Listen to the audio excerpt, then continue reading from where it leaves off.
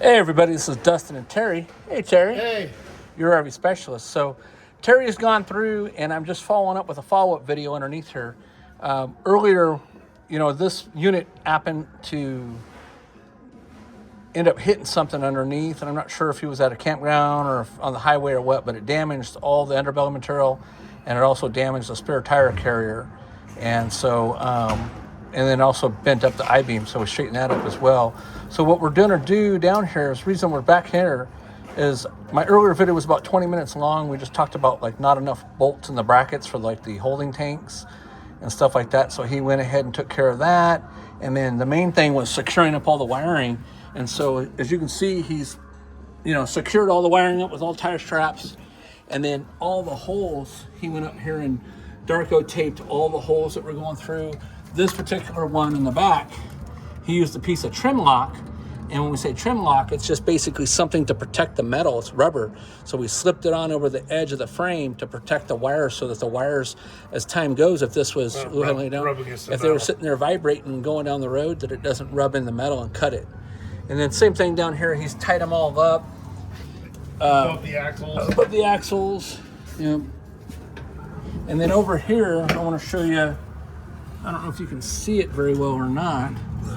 You got your flashlight on you, Terry? Yeah. You don't have to get too close over here. So this area was all open and exposed, and you can see that he wrote P-trap underneath there, and we did make one little hole in our material so that if it ever did leak that the water could get out, but that was completely open. And so if anything ever got up in here, mice, rats, whatever, they could just go right on up in there. And those blocks were loose. And then the blocks. So that was the main thing, was all the blocks up in this area underneath the shower surround. When we went up in there, they were just floating around. And when I called the customer too, so he's aware of this video before and after, when I called the customer, he was like, what?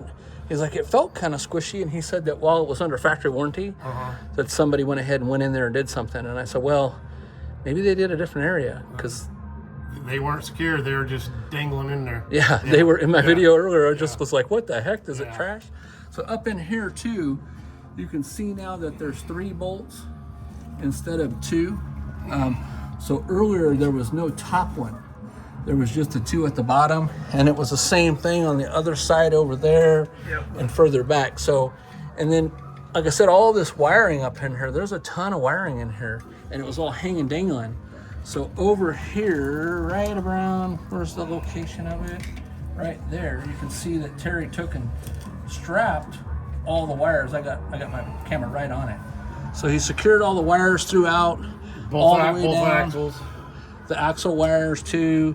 Added some additional straps to hold up the heat work that was all floating around, and so on. And then some of the little stuff that's floating around, that'll get picked up when the underbelly gets underneath there. So all this stuff would just lay up in there. Yeah.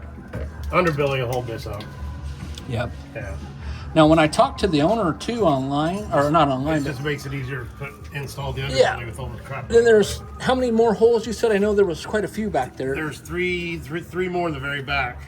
And then there was some throughout over here too.